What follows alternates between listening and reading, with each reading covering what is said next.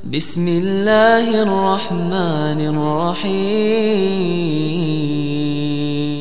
Assalamualaikum warahmatullahi wabarakatuh. Alhamdulillah wassalatu wassalamu ala Rasulillah. Segala puji dan puja kehadiran Allah Subhanahu wa taala, juga salawat dan taslim kepada Nabi besar Muhammad sallallahu alaihi wa ala alihi wa sahbihi wasallam. Saudaraku seiman, di hari yang mulia, hari Kamis ini, semoga Allah Subhanahu wa taala memberkahi sisa umur kita ini dengan menerima dan juga menerima seluruh amal saleh yang pernah kita kerjakan, yang sedang kita kerjakan, yang akan kita kerjakan sampai menjelang ajal datang nanti dengan pahala yang sempurna. Dan semoga juga Allah Subhanahu wa taala memaafkan seluruh kesalahan kita, sengaja atau tidak sengaja, kecil ataupun besar, bahkan dengan kemahamurahannya semoga Allah menggantinya menjadi pahala. Allahumma amin. Dan juga kita memohon dengan sangat tulus kepada Allah Subhanahu wa taala, terutama bagi teman-teman yang sedang melaksanakan ibadah puasa sunnah di hari Kamis ini, agar Allah menyatukan kita semua di surga Firdaus yang tanpa hisab, sebagaimana Allah satukan kita di dalam pertemuan ini. Allahumma amin. Saudaraku seiman, kita akan melanjutkan berdabu kita seperti biasa di hari Kamis, 35 amal pelebur dosa yang ditulis oleh Fatin binti Abdul Aziz. Dan kita akan masuk insyaAllah amalan ke-17. Sebelumnya kita membahas amalan ke-16, masalah berudu. Saya ingatkan kembali, karena ini ada korelasi dengan bahasan kita pada kesempatan ini. Riwayat yang lalu kita sempat membahas, kalau teman-teman pegang bukunya di halaman 54. Hadits Abu Hurairah radhiyallahu anhu, kata Nabi SAW, ala adullukum ala ma yamhullahu bihi al-khataya wa yarfa'u bihi darajat. Maukah kalian aku tunjukkan pada perkara yang dengannya Allah Subhanahu wa taala akan menghapus kesalahan-kesalahan dan mengangkat derajat. Maksudnya yang paling cepat menghapus dosa-dosa, ya, dan juga paling cepat mengangkat derajat kita nanti di surga. Qala atau qalu bala ya Rasulullah. Para sahabat mengatakan iya wahai Rasulullah. Qala isbagul wudu alal makarih. Berudu pada waktu-waktu yang dibenci. Seperti di musim dingin, pada saat mau tidur, lagi malas, ya.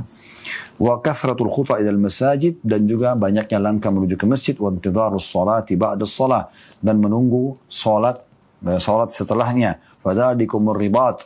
Itulah ribat. Ribat artinya mengikat diri di perbatasan antara muslimin dengan orang-orang kafir pada saat sedang berperang. Ini sudah panjang lebar kita jelaskan. Intinya sebenarnya di sini wudu itu cepat sekali membersihkan dosa-dosa. Jadi selalu ulang-ulangi wudu itu, ya, baik untuk sholat ataupun kegiatan yang lainnya, seperti misalnya dari habis wudu, batal, kemudian wudu lagi. Ya. Jangan pernah dalam kondisi Anda tidak berwudu sampai mau tidur. Sebelum tidur pun wudu lagi kembali. Sehingga kita tidur dalam kondisi berwudu. Dan sudah saya jelaskan pada pertemuan yang lalu, orang kalau tidur dalam kondisi suci atau berwudu dan meninggal, maka dia meninggal di atas fitrah atau di atas Islam, ya, karena wudunya itu. Juga tentunya mengangkat derajat yang sangat cepat. Kenapa di sini wudu perlu diperhatikan dan dijadikan sebagai bab khusus? Karena ringan sekali untuk dikerjakan. Hanya membasuh telapak tangan, kumur-kumur, mencuci, membersihkan hidung, wajah, telapak tangan sampai siku, kemudian kepala dan kaki.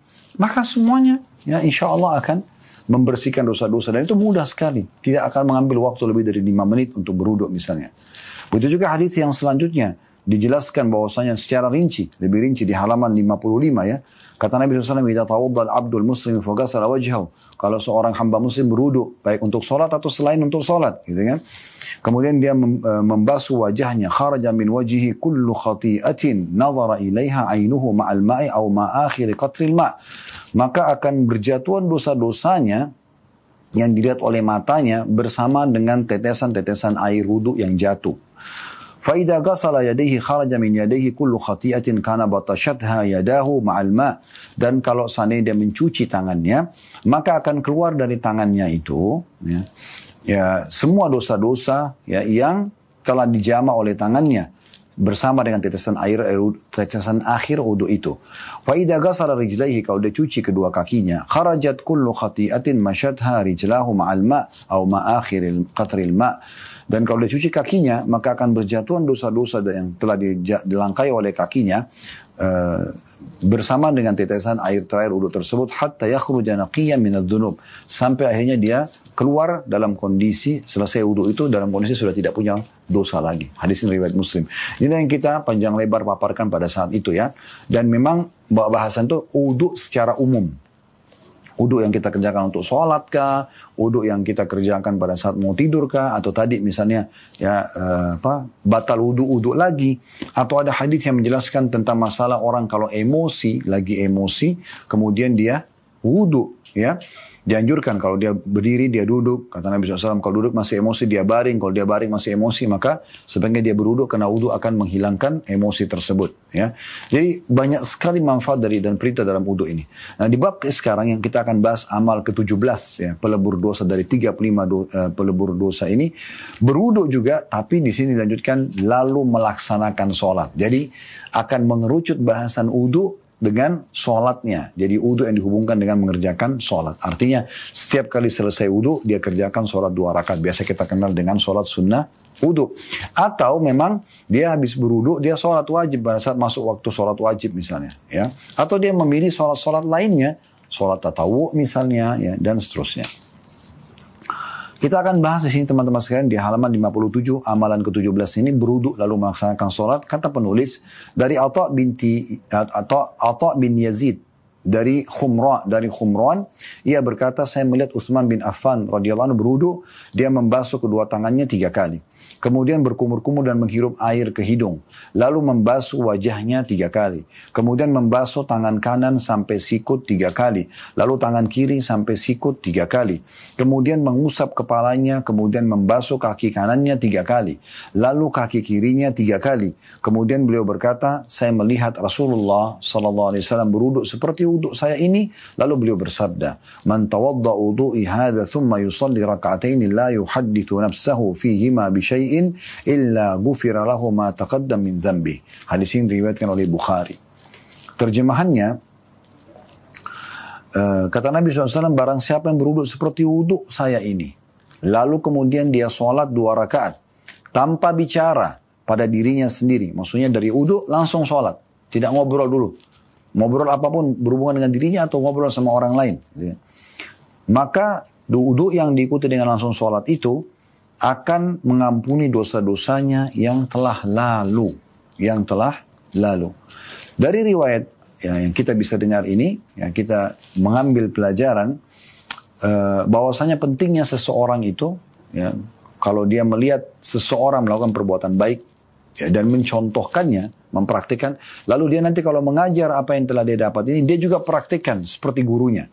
Nah, contoh di sini Utsman bin Affan radhiyallahu anhu pernah minta seember air.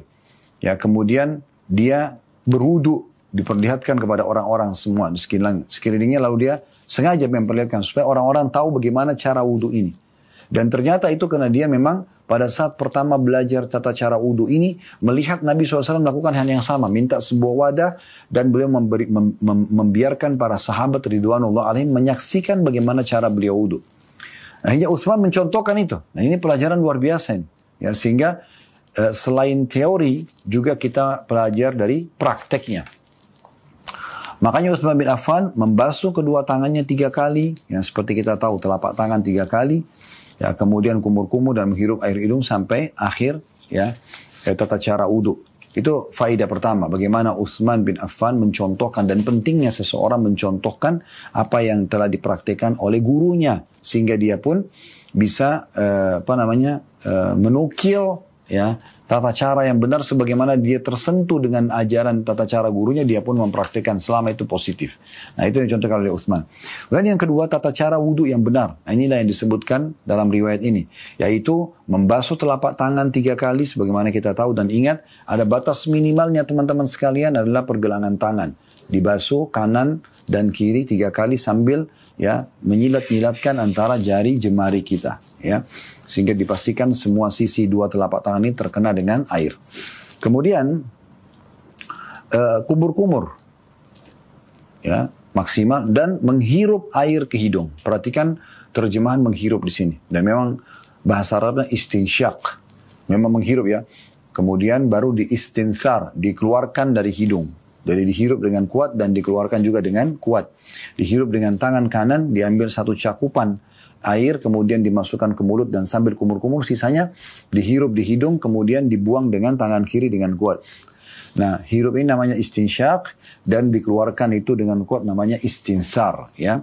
Nah, ini dicontohkan oleh Uthman bin Affan kumur-kumur lalu menghirup air di hidung. Dan kata Nabi SAW, kuatkanlah pada saat kalian sedang istinsyak atau menghirup air di hidung, kecuali kalian sedang berpuasa. Lalu membasuh wajahnya 3 kali. Disebutkan sini tata cara dari awal sisi kanan kuping dan wajah yang dekat kuping dan ke arah sisi kiri. Dari awal tempat tumbuhnya rambut ya sampai ke dagu. 3 kali. Kemudian membasuh tangan kanan sampai sikut 3 kali. Lalu tangan kiri ya sampai sikut 3 kali. Jadi telapak tangan sampai sikut. Pastikan sikut kita terkena. Ya, jangan sampai ada sisi sedikit pun yang tidak kena. Ya, jadi pastikan nanti di belakang siku kita ini ya, uduk ditarik. Kemudian diputar di bagian bawah ya, supaya dipastikan memang kena semua. Sisa kanan 3 kali, sisi kiri juga 3 kali ya. Kemudian setelah itu ya, mengusap kepala. Di sini tidak disebutkan jumlah 3 kali, tapi karena memang sunnahnya adalah 1 kali. Mengusap kepala, dari kepala bagian depan sampai ke tengkuk leher kita ya. Kemudian dikembalikan lagi ke depan. Lalu kemudian jari telunjuk masuk ke dalam kuping dan ibu jari mutar di belakang kuping. Ya, seperti itu. Kemudian setelah selesai itu membasuh kaki 3 kali, kanan dan 3 kali, kaki kiri minimalnya adalah mata kaki dan kalau dilebihkan lebih bagus. Ya, pada pertemuan yang lalu sempat kami sebutkan ya hadis salah satu hadis disampaikan oleh Abu Hurairah radhiyallahu anhu kalau perhiasan seorang mukmin pada hari kiamat akan memenuhi tempat air wuduknya ya.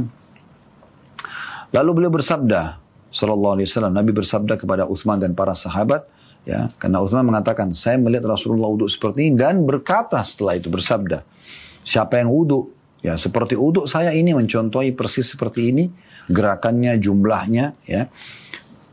Kemudian sholat 2 rakaat dan dia tidak bicara pada dirinya sendiri, niscaya akan diampuni dosa-dosanya yang lalu. Jadi faedah ketiga dari riwayat ini adalah kalau orang sempurna seperti ini tata caranya, mengikuti Nabi SAW dan dinukil juga secara sanad dari sahabatnya Uthman bin Affan radhiyallahu anhu, maka lalu dia sholat 2 rakaat, dipastikan dia akan mendapatkan pengampunan dosa semua yang telah lalu.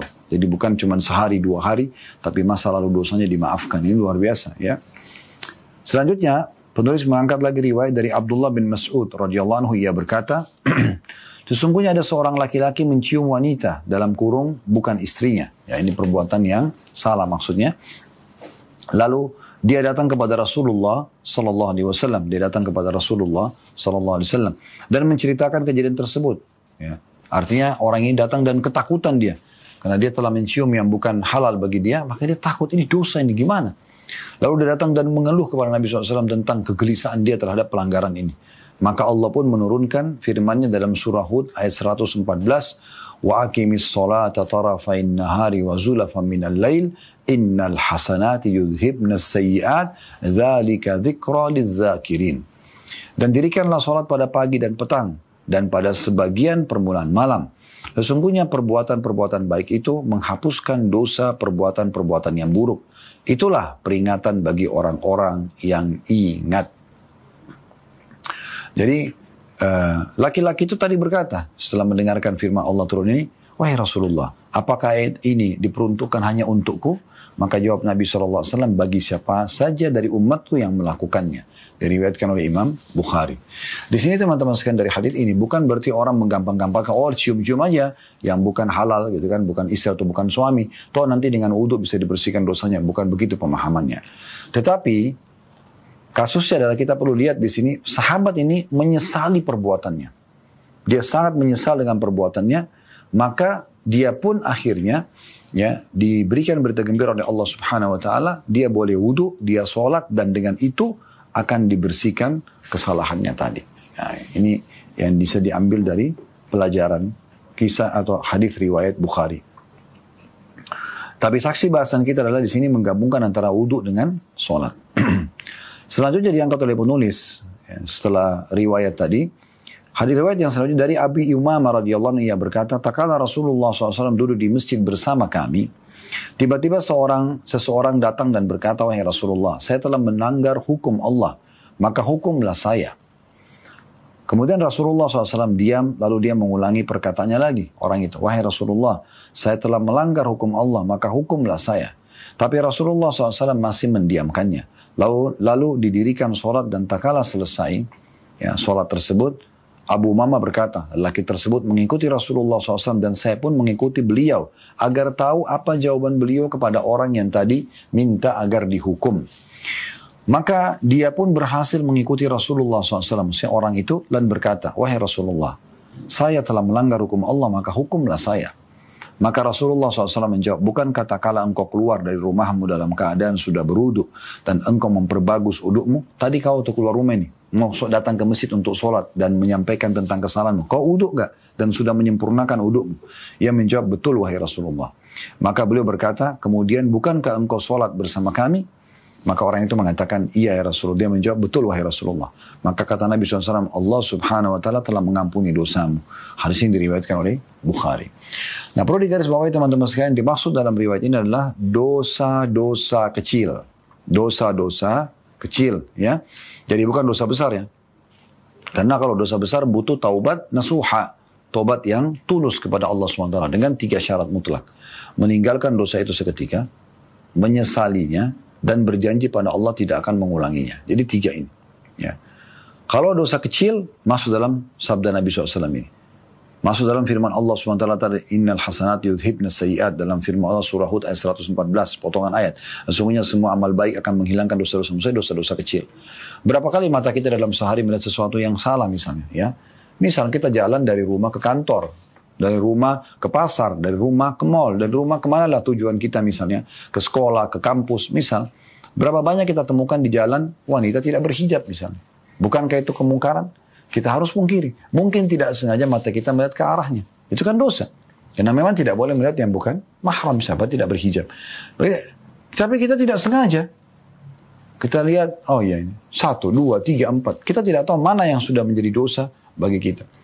Maka ini gunanya pembersihan-pembersihan dosa tersebut dengan wudu, dengan sholat, ya. Pembersihan dosa terjadi.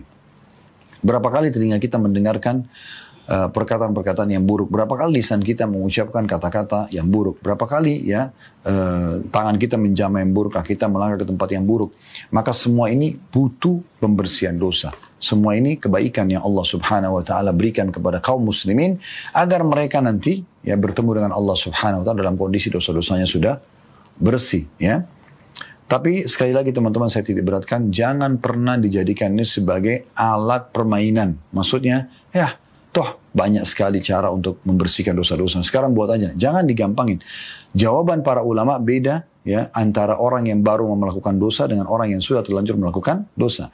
Kalau dia baru melakukan, kita sarankan untuk tidak melakukannya, gitu kan? Supaya dia lebih baik sibukkan diri dengan amal soleh. Kalau dia sudah terlanjur melakukannya, maka tentu saja dia harus bertaubat dan dia mencari ya sebab-sebab pengampunan dosa seperti ini. Kemudian selanjutnya diangkat oleh penulis dari Mu'ad bin Abdurrahman bahwasanya Ibnu Abbas mengabarinya. Dia berkata, saya membawakan air wudhu buat Uthman bin Affan dan beliau sedang duduk. Terus dia berwudhu dan membaguskan wudhunya. Kemudian berkata, saya telah melihat Nabi SAW berwudhu dan beliau berada di tempat duduk ini. Beliau membaguskan wudhunya. Kemudian beliau berkata, barang siapa yang berwudhu seperti wudhu ini, kemudian mendatangi masjid, terus sholat 2 rakaat, kemudian duduk, maka dosa-dosanya yang telah lalu diampuni. Uthman berkata dan Nabi SAW bersabda, janganlah kalian tertipu. Nah, hadis ini riwayat Bukhari. Baik. Hadis ini teman-teman sudah sempat kita singgung tadi di awal bab kita ya. Tapi di sini dalam riwayat Bukhari yang kedua ini ada singgungan tentang yang tadi saya bahasakan, Uthman minta didatangkan air wudhu. Ya, di riwayat pertama tadi tidak ada ya. Cuma langsung saja Uthman wudhu disaksikan oleh orang ini, kalau di sini dia minta air wudhu. Kemudian yang kedua, di sini ada perkataan juga bahwasanya dia mendatangi masjid lalu sholat 2 rakaat. Kalau riwayat yang pertama tadi tidak disebutkan tentang masjidnya. Artinya dia boleh sholat di mana saja. Intinya habis wudhu dia sholat. Nah, ini yang terjadi dan ini dikuatkan dengan riwayat Bilal radhiyallahu anhu pada saat ditanya oleh Nabi SAW, apa yang membuat langkah kakimu mendahului langkah kakiku di surga? Maka aku mendengar langkah kakimu di hadapanku. Kata Bilal, aku selalu setiap habis bersuci aku selalu sholat. Nah, itu kan. Jadi memang di sini sholatnya umum. Tapi riwayat yang kedua ini menyebutkan tentang masalah masjid. Ya, berarti kalau kita gabungkan kedua riwayat, berarti semua mendapatkan pahala ini. Apakah dia habis uduk, dia sholat langsung di rumahnya, di kamarnya, ya, atau di tempat kerjanya, atau dia habis uduk, dia ke masjid dan dia sholat. Ya, ini dua-duanya akan mendapatkan. Dan tambahan yang ketiga adalah di sini dikatakan potongan terakhir sabda Nabi SAW, dan jangan kalian tertipu. Maksudnya di sini sebagaimana tadi sudah kami paparkan ya, jangan kalian jadikan ini sebagai pegangan sehingga kalian bergantung dan udahlah buat dosa aja terus kau uduk lagi, habis itu nanti gugur dosanya. Dan subhanallah, yang paling pertama biasanya Allah Azza wa Jal, na'udzubillah ya, jangan sampai ya, mengangkat dari seorang hamba yang bermaksiat, yaitu kecintaannya terhadap amal saleh, kesempatannya untuk beramal saleh. Kalau teman-teman bisa sujud, bisa berdoa kepada Allah, bisa membaca Quran, bisa mendengarkan pengajian, bisa bersedekah, bisa berzikir, itu sebuah karunia yang sangat besar, menandakan Anda dekat dengan Tuhan Anda. Ya. Tetapi kalau Anda sudah buat maksiat dan Anda sengaja melakukannya, bukan karena terpaksa, bukan karena memang terjerumus dan Anda lalu tobat, bukan. Memang Anda anggap remeh, nggak masalah. Maka pastikan yang paling pertama hilang dari kita adalah kenikmatan ibadah tersebut dan kesempatannya. Allah tidak berikan kita kesempatan untuk melakukannya. Mungkin orang lain punya kesempatan sholat berjamaah di masjid, kita malah tidak dapat kesempatan itu. Orang sholat subuh di masjid, kita bangun setelah orang salam misalnya. Makanya Abdullah bin Umar berkata radhiyallahu anhu, aku pernah melakukan dosa kecil, tapi sudah cukup membuat Allah mengharamkan aku untuk sholat berjamaah di masjid subuh 1 bulan. Jadi memang luar biasa gitu ya. Makanya pernah ada orang datang kepada Hasan Basri berkata begini, wahai imam, imam itu kayak kita kiai, ustadz sekarang ya. Wahai imam, saya ini sudah sekian tahun bermaksiat kepada Allah. Saya tidak pernah ada hukuman, karena di benaknya orang ini hukuman itu adalah hukuman fisik ya. Akan dicambuk, misalnya akan dibuat tabrakan, fisik lah, atau sakit misalnya. Maka Hasan Basri mengatakan, engkau keliru. Hukuman Allah sudah banyak datang kepadamu, bahkan yang paling berat. Orang itu bingung, apa hukumannya? Lalu Hasan Basri mengatakan, bukankah selama ini kamu tidak bisa sholat berjamaah di masjid? Karena dia laki-laki ya, dia mengatakan iya. Bukankah selama ini kamu tidak pernah bisa sholat malam? Dia bilang iya. Bukankah selama ini lisanmu tidak mudah untuk berzikir? Iya. Bukankah selama ini kau lalai tidak bisa baca Quran? Iya. Bukankah begini disebutkan banyak amal soleh? Semua dijawab sama dia iya. Kata Hasan Basri, itulah hukuman terberatnya Allah. Karena kau tidak punya peluang dan kesempatan untuk melakukan zikir dan ibadah kepada Allah Subhanahu wa ta'ala. Itu hukuman paling berat. Jadi jangan selalu berpikir hukuman fisik. Itu ringan. Yang berat itu kalau pada saat diangkat kesempatan kita beribadah, iman kita jadi kendor dalam hati. Bahkan bisa hilang sama sekali. Wa na'udzubillah. Nah ini hati-hati sekali. Oleh itu teman-teman sekalian hati-hati. Sabda Nabi SAW ini penting sekali untuk digarisbawahi dalam penutupan hadis tadi Bukhari yang terakhir kita bacakan di halaman 59, dan jangan kalian tertipu. Baik teman-teman sekalian, kita lanjutkan lagi sisa bahasan kita dalam bab ini ya. Jadi kembali kita ingatkan berwudu ya, sangat mulia sebagai sebuah ibadah dari yang diperintahkan Allah Subhanahu wa taala, tidak mengambil waktu lama, menyegarkan tubuh kita ya. Dan juga luar biasa pembersihan dosa, peninggian derajat. Plus lagi kalau Anda tambah dengan sholat, langsung Anda hubungkan setiap wudu Anda sholat. Bisa sholat sunnah, sholat taubat kah, sholat wudu kah, sholat tahiyat masjid kalau di masjid, sholat qobliyah kah, atau Anda misalnya wudu terus langsung sholat wajib karena kebetulan sholat wajib masuk, maka Anda akan mendapatkan pembersihan dosa yang sudah disebutkan dalam hadis-hadis yang baru kita paparkan tadi. Dan ini penting sekali teman-teman sekalian. Jadi jangan bermalas-malasan untuk selalu dalam kondisi wudu. Banyak orang subhanallah tidak mau berwudu. Dia wudu misalnya dibiarin aja batal. Ya. Kemudian nanti kalau di waktu sholat baru dia wudu. Ini banyak ada jeda jam cukup panjang, misalnya gini. Habis subuh ya. Dia pas subuh dia wudu nih. Kemudian dia pergi ke masjid, dia sholat. Contoh, kita lihat idealnya dia pergi ke masjid misalnya dia sholat. Itu mungkin dia beraktivitas segala macam. Pas mandi mau pergi kerja, ya, karena maaf dia buang air kecil mungkin buang, misal batal dulu. Dia tidak wudhu pada saat mandi itu. Kenapa nggak wudhu, akhi? Ukti, kenapa nggak wudhu pada saat mau pergi kerja misalnya? Oh nanti aja di tempat kerja kalau sudah mau tiba waktu sholat. Dalam kondisi kita berwudhu sementara menunggu duhur itu kita dalam kondisi beribadah. Kenapa nggak dilakukan? Setiap tetesan air membersihkan dosa. Akan keluar dalam bentuk cahaya yang terang pada hari kiamat. Ini juga tadi belum kita singgung, tapi pekan yang lalu sudah kita singgung ya. Bahwasanya Nabi SAW bersabda nanti pada hari kiamat, beliau mengatakan, aku ingin sekali ketemu dengan saudara-saudaraku. Kata para sahabat, ya Rasulullah, kami saudara-saudara Anda. Kata Nabi SAW, bukan, kalian adalah sahabat-sahabatku. Saudara-saudaraku yang akan, saudara-saudara kita atau saudaraku yang akan muncul nanti atau datang sepeninggalku. Kata para sahabat, bagaimana Anda mengenal mereka ya Rasulullah?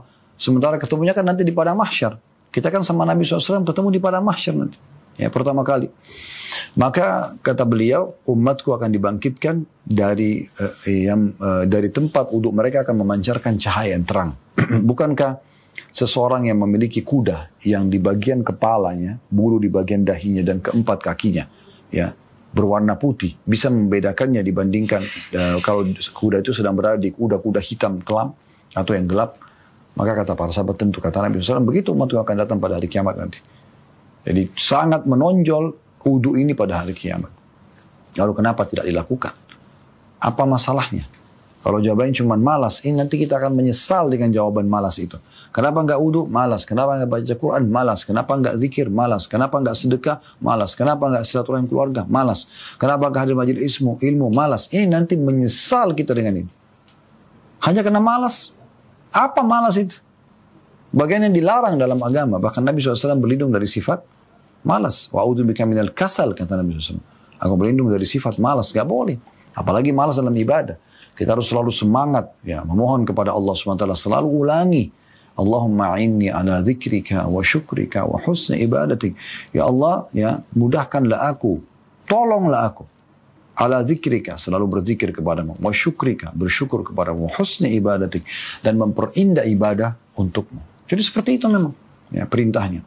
Oleh karena itu kita harus menggarisbawahi tentang masalah poin ini, ya.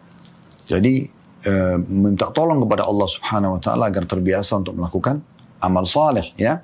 Dan Nabi SAW bersabda kepada Mu'adz bin Jabal pada saat berboncengan di satu ekor keledai, beliau mengatakan, wahai Mu'adz, saya mencintaimu. Maksudnya saya betul-betul sayang sama kamu, ya, karena Allah SWT. Oleh karena itu saya sarankan, jangan pernah kau tinggalkan, hai Mu'adz, ya, untuk mengucapkan selepas sholat 5 waktu, atau selepas sholat, Allahumma inni ala dzikrika wa syukrika wa husni ibadatik. Ya Allah, tolong aku, agar aku selalu, ya, berzikir kepadamu, bersyukur kepadamu, dan memperindah ibadah untukmu. Karena memang kalau Allah tidak tolong kita tidak akan bisa, teman-teman sekalian.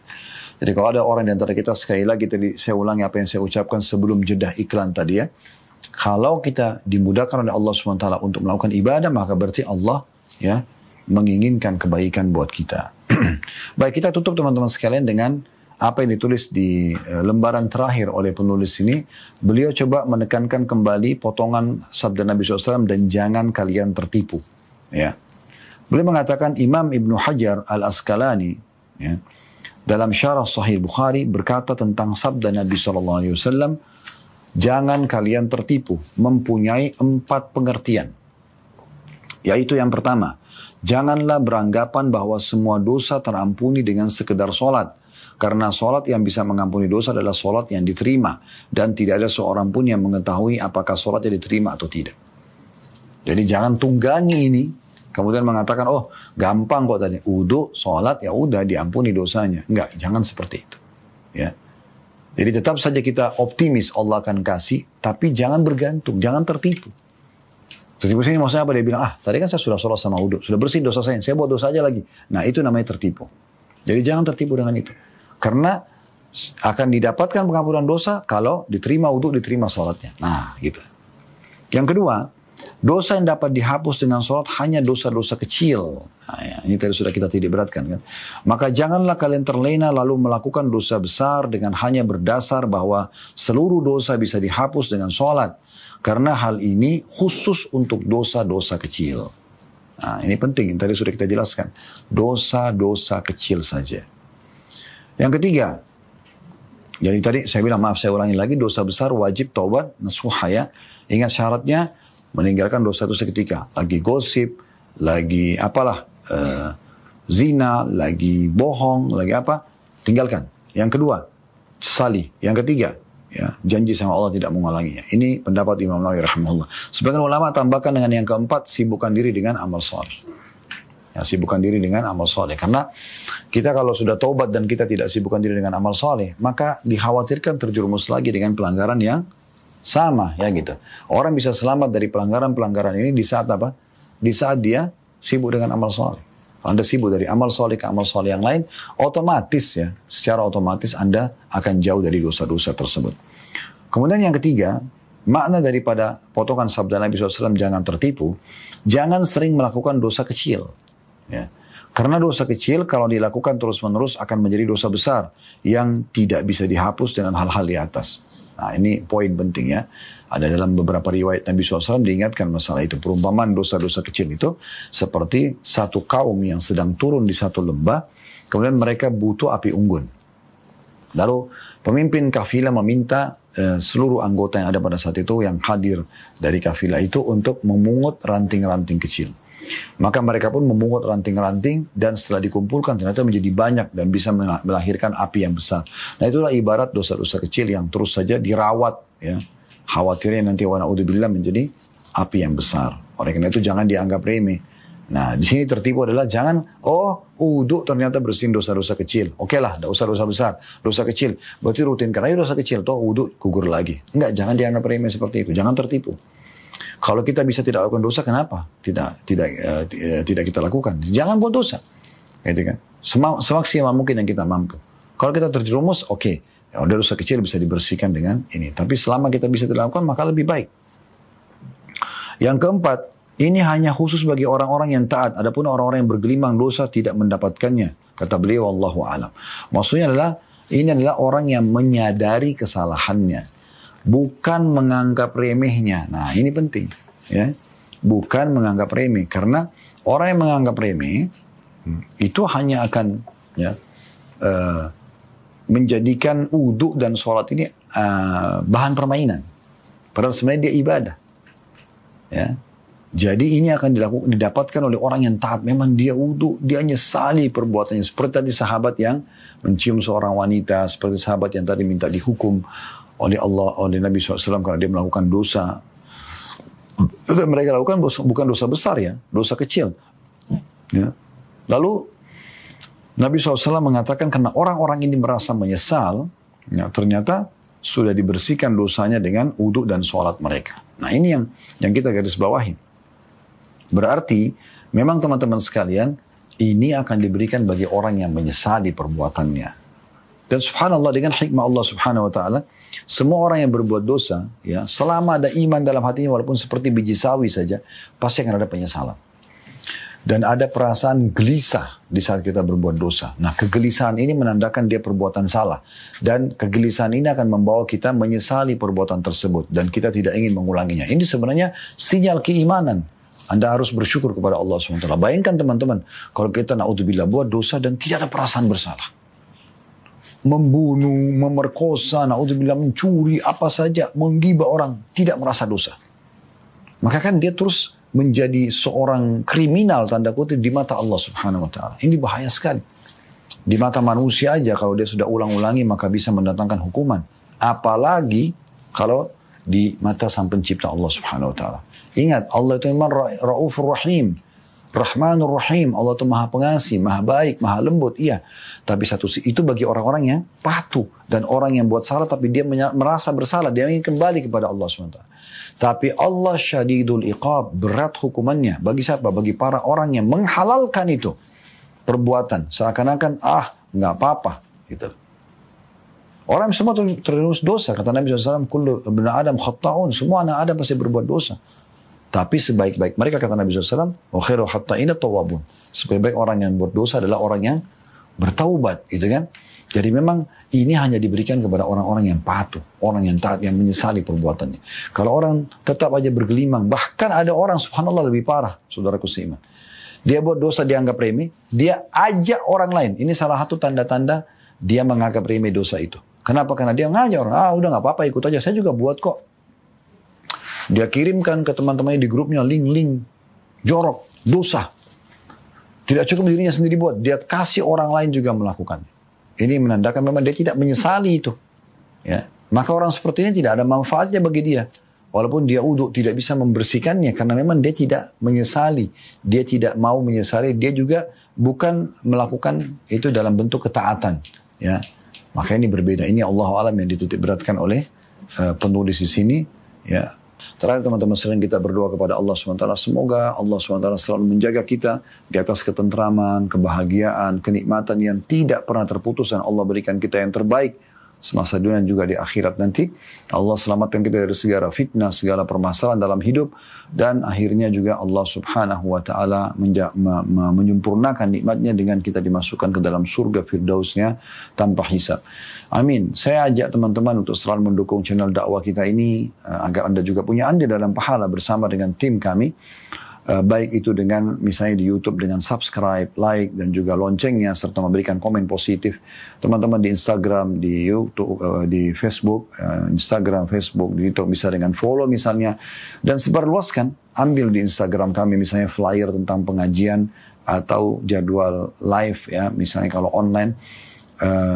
Misal dan Anda sebarluaskan di grup. Misal ada potongan-potongan ceramah, kami sudah coba membuat ceramah yang 1 jam begini misalnya, kami coba misalnya buat potongan 1 menit. Nah itu kan bisa disebarluaskan, kesebarluaskan itu. Dan juga saya sarankan mendukung semua channel dakwah Islam ya, dan penuhi media itu dengan kebaikan-kebaikan, perintah-perintah Allah dan perintah-perintah Rasulullah SAW, dan mengingatkan orang agar jangan melanggar ya. Dan itu insya Allah akan menjadi sumber pahala yang sangat besar.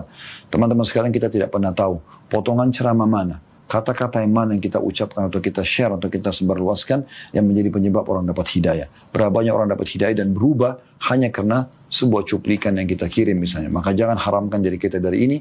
Dan ini niatnya untuk menjalankan firman Allah subhanahu wa ta'ala dalam surah Al-Ma'idah surah nomor 5 ayat 2. Potongan ayat 2. Wa ta'awanu al-birri wa taqwa. Saling mendukung dalam ketakwaan dan kebaikan. Nah, saling mendukung dalam kebaikan dan ketakwaan. Wala ta'awanu 'alal itsmi wal 'udwan, dan jangan saling mendukung dalam keburukan dan pembangkangan atau dosa dan pembangkangan. Oleh teman-teman sekalian, lakukan kebaikan, kesempatan emas ya. Karena tidak semua orang bisa ceramah, tidak semua orang bisa baca buku atau bedah buku. Jadi kalau sudah ada, kenapa kita tidak sebarluaskan, tunggangi saja itu untuk mendapatkan dan meraih pahala yang sangat besar. Juga teman-teman, Anda sudah lihat program-program kami pada saat jeda iklan. Kami ada Allah amanahkan travel Uhud Tour. Kalau Anda berminat, Anda bisa bergabung bersama teman-teman di tim CS kami untuk mendaftar dan mengetahui program-program kami sampai Ramadan nanti insya Allah, atau bahkan sampai haji tahun depan. Dan juga kami mengajak Anda bergabung untuk melakukan kegiatan sosial demi untuk amal soleh Anda di akhirat dengan bergabung di Yayasan Sedekah Kreatif yang Allah juga amanahkan di pundak kami. Kalau benar dari Allah, kalau sadar saya mohon dimaafkan teman-teman sekalian. Subhanakallah wa bihamdika asyhadu an la ilaha illa anta astaghfiruka wa atubu ilaik. Wassalamualaikum warahmatullahi wabarakatuh.